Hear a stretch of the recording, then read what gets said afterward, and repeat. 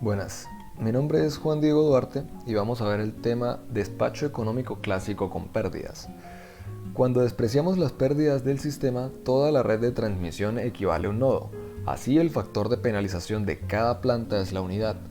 Cuando se consideran las pérdidas, el despacho económico se determina iterativamente al resolver ecuaciones no lineales de coordinación representadas por el cambio de la función de costo con respecto a la potencia generada menos lambda más lambda por la potencia, las pérdidas sobre la potencia generada del sistema debe ser igual a cero.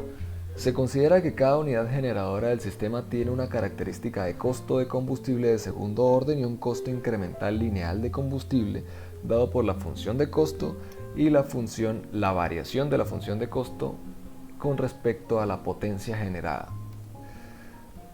El segundo término de la expresión vista, que es la pérdida incremental, mide el cambio de las pérdidas del sistema variando la potencia de salida de la central I. Por ejemplo, si se tienen dos plantas, la pérdida incremental de la planta 1 se obtiene de la siguiente ecuación vista en operación económica de sistemas de potencia. Cuando desglosamos, abrimos la expresión para potencia P sub L, obtenemos la siguiente expresión que está en esta parte.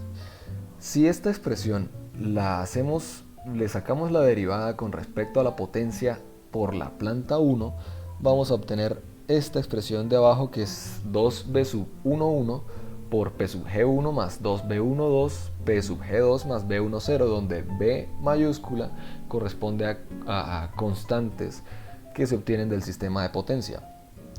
Con i igual a 1 en la expresión vista anteriormente y sustituyendo el término de la izquierda de sub fi entre sub pgi por lambda 1 igual a 1 por p1 más b1, vamos a obtener la expresión que tenemos de segunda.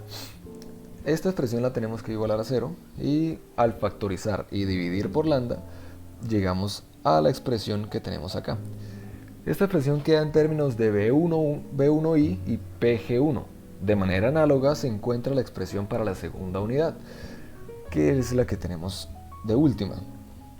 Si reorganizamos estos términos en una matriz, vamos a ver más fácilmente el comportamiento. Vamos a ver que P depende de las constantes del sistema y también de las constantes determinadas para la función de costo A minúscula y B minúscula. De la misma manera, análogamente, se puede encontrar una ecuación para cualquier número de unidades, que está determinada por la siguiente ecuación, que es la ecuación que tenemos aquí en medio. Es necesario recordar que cuando consideramos las pérdidas del sistema, la suma de potencias generada, consumida y por efecto Joule debe ser cero. Entonces, cuando hacemos esta ecuación, la calculamos para K unidades, la matriz queda de la siguiente manera con K unidades generadoras. Entonces, cuando vamos a resolver un sistema, un problema de este tipo, necesitamos seguir unos pasos. El paso 1 es especificar el nivel de carga del sistema, es decir, la suma total de las cargas consumidas, las cargas P sub D. El segundo paso, debemos seleccionar los valores de lambda para la primera iteración. En estos se pueden calcular sin considerar las pérdidas. El paso 3, hallamos los valores de P sub gi sustituyendo los lambda calculados en la matriz para K unidades, siendo K el número de centrales generadoras de plantas que tenemos en el sistema. El paso 4 consiste en, con los valores de P sub gi calculados, volvemos a la ecuación P sub L que desglosamos desde I igual a 1 hasta K y de J igual a 1 hasta K con K igual a 2 para dos plantas generadoras, la que vimos anteriormente. Luego, el paso 5, con PL calculado comparamos la cantidad P sub gi menos PL debe ser igual a PD, la potencia de las cargas, para verificar el balance de potencia. De no cumplirse, definimos un incremento y cambiamos los valores iniciales de lambda.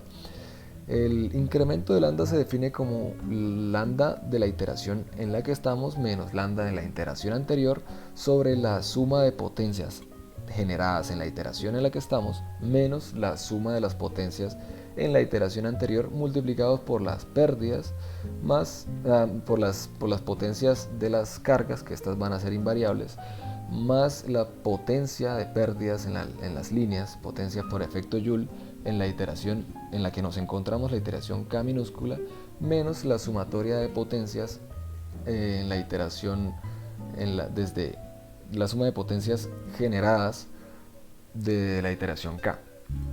Lambda va a variar de la siguiente manera. El lambda que vamos a utilizar para la próxima iteración va a ser igual al lambda de la iteración en la que estamos más el delta de lambda, con K como la iteración actual.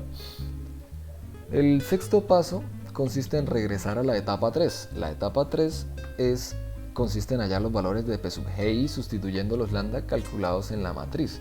La matriz de la que hablamos es esta, en donde están los valores de P. Vamos a calcular esos valores de P dependiendo de los valores calculados de los valores hallados para lambda. Entonces, si ese proceso no nos da una convergencia aceptable, lo repetimos hasta que se cumpla. Estos resultados finales determinan la lambda del sistema y la salida de despacho económico para cada unidad generadora para el nivel específico de carga del sistema. Esta va a ser la operación más barata del sistema. Se puede tomar como anotación que los resultados del paso 3 arrojan respuestas que pueden ser válidas, pero no necesariamente para la carga especificada del sistema.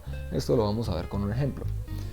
En el ejemplo 1 nos dan unos costos incrementales lambda de las barras 1 y 2 de un sistema de potencia, donde lambda 1 es igual a 0.008 PG1 más 8 y lambda 2 0.0096 por PG2 más 6.4, teniendo P sub G en megawatts.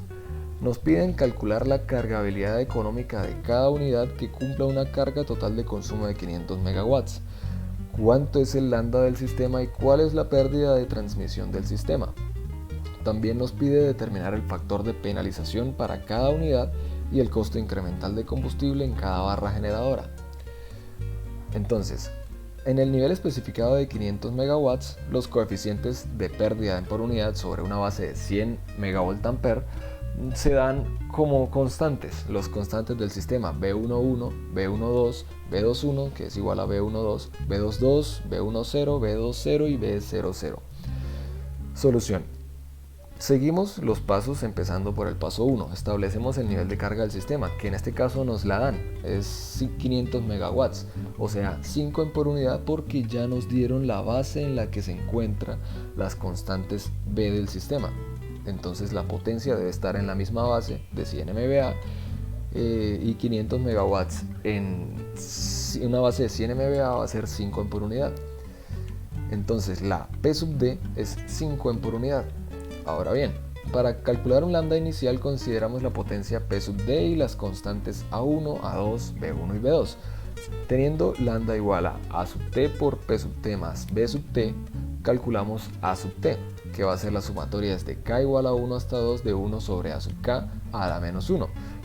Tenemos que lambda 1 es 0.008, 1 sobre 0.008 más 1 sobre 0.0096, que es lambda 2, todo elevado a la menos 1, que es lo mismo que dividir 1 por todo eso. Encontramos que A sub T es 0.00433636.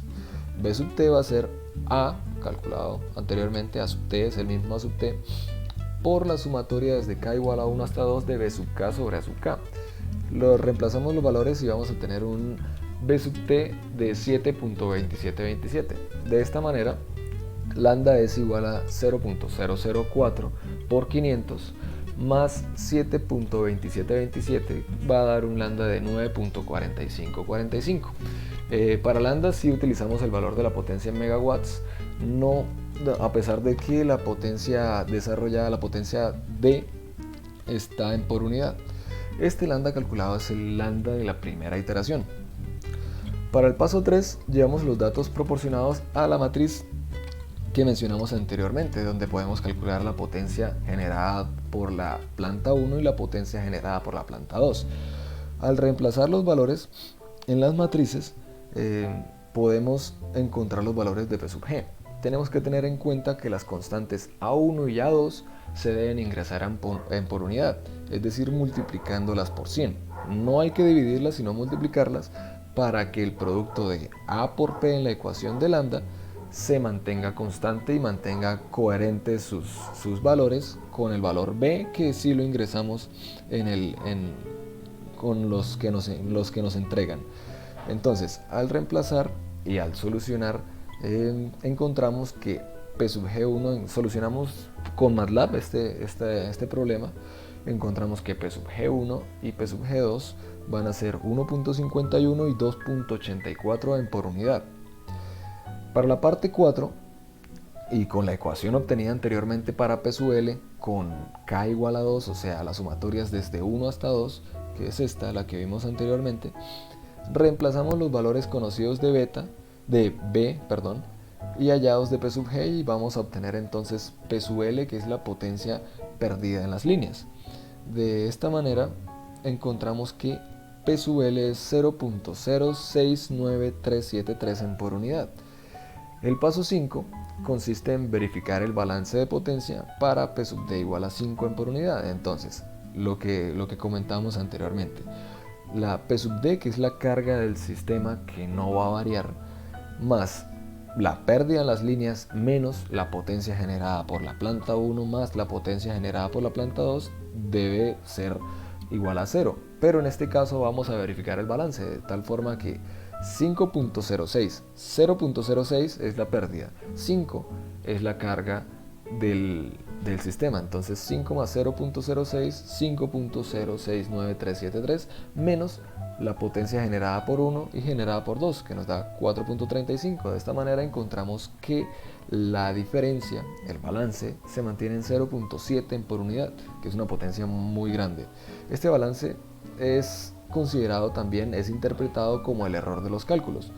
Como ese error es tan grande, necesitamos actualizar lambda aplicando la ecuación que mostramos anteriormente, donde del delta de lambda va a ser el lambda de la primera iteración menos el lambda de la segunda iteración, de la iteración anterior, y multiplicado por este factor.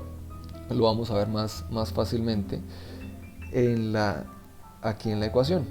Los valores de lambda para la iteración 0 vale 0, la potencia generada en la iteración 0 vale 0, y reemplazando estos valores que teníamos anteriormente, el delta de lambda va a ser el 9.4545 menos 0, que es el lambda de la iteración 0, por 0.7, que es el error, sobre 4.35, que en este caso es la potencia generada por las plantas generadoras, menos 0, que es la potencia generada en la iteración 0. Encontramos un error de 1.543. Este error se lo sumamos a lambda y vamos a tener un nuevo lambda, un lambda actualizado de 10.99. En el paso 6 debemos volver al paso 3 y volver a calcular las potencias para este lambda nuevo calculado hasta lograr un error lo suficientemente pequeño. Al realizar las iteraciones, luego de 4 iteraciones llegamos a un lambda de 9.8398. Este lambda se encuentra en unidades de dólar sobre megawatt hora.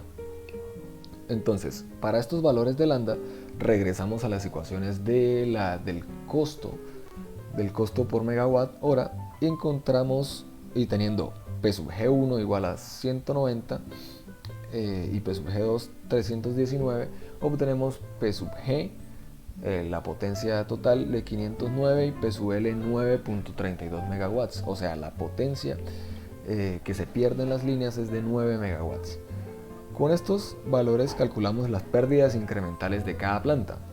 Entonces, la pérdida incremental de cada planta, que es la variación de la potencia, el cambio que hay en la potencia perdida en las líneas con respecto a la potencia generada por la planta K o la planta I, va a ser calculada con la ecuación que vimos anteriormente, que es 2B11 por PG1 más B12 por PG2 más B10 sobre 2.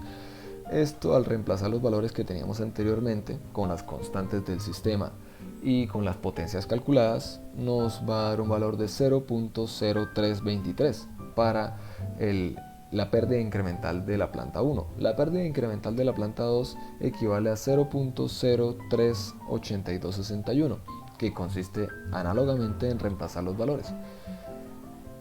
De tal forma que los factores de penalización se calculan como 1 sobre 1 menos las pérdidas incrementales que teníamos aquí. Entonces, el factor de penalización 1 va a ser 1 sobre 1 menos 0.032328, equivalente a 1.03341. El factor de penalización 2 equivale a 1.03978. De esta manera, tenemos que el costo por megawatt hora, que es lambda, para cada central generadora, los calculamos ingresándole los valores finales. Así que la potencia, el costo por megawatt hora de la planta 1 es $9.52 y el costo por megawatt hora de la segunda planta generadora es $9.46. Así que podemos observar que la planta número 2 tiene el costo incremental de generación más bajo y lleva la carga más grande del sistema. Ejemplo 2. Calcule la disminución en los costos de producción de las dos plantas del ejemplo anterior cuando la carga del sistema se reduce de 500 a 429 megawatts. Solución. En la primera iteración del ejemplo anterior encontramos que las salidas de la planta 1 era 190 megawatts y la planta 2 319, con lo cual el total es aproximadamente 429 megawatts, o sea que podemos trabajar con estos datos. Estas son las potencias que ingresamos a la integral, en la cual el delta de costo 1 va a ser la integral desde 190, que es la potencia que tenemos, hasta 151, que es la potencia con la que se trabajó para la primera iteración, la potencia que se calculó que generaría esa planta en la primera iteración, por la integral de lambda de la primera generadora. Para la segunda planta tenemos la misma integral, en este caso de 319 a 284, que fue el valor calculado de la potencia generada para la primera iteración de esa planta. En este caso sumamos las dos diferencias, que es 321 más el delta de la planta 1. Este nos va a implicar un ahorro, por decirlo así, o un gasto más bajo de $686 por hora, siendo esta la reducción total del costo de combustible. Aquí se deja un ejercicio propuesto en el cual dice: un sistema de potencia que tiene dos plantas generadoras es igual al ejercicio resuelto y con coeficientes B dados por unidad por la matriz. Aquí tenemos B11, B12, B10, B00, B20 y B21, dados por unidad sobre una base de 100 MVA, que es la misma base del ejercicio. También nos dan los costos incrementales para cada planta generadora, estos sí varían un poco, y nos pide: encuentre los factores de penalización de cada planta si la planta 1 suministra 200 megawatts y la planta 2 suministra 300 megawatts. ¿Es este un despacho económico? De no ser así, explique cuál salida se debe aumentar y cuál disminuir. Bueno, muchachos, esto es todo. Muchas gracias por su atención.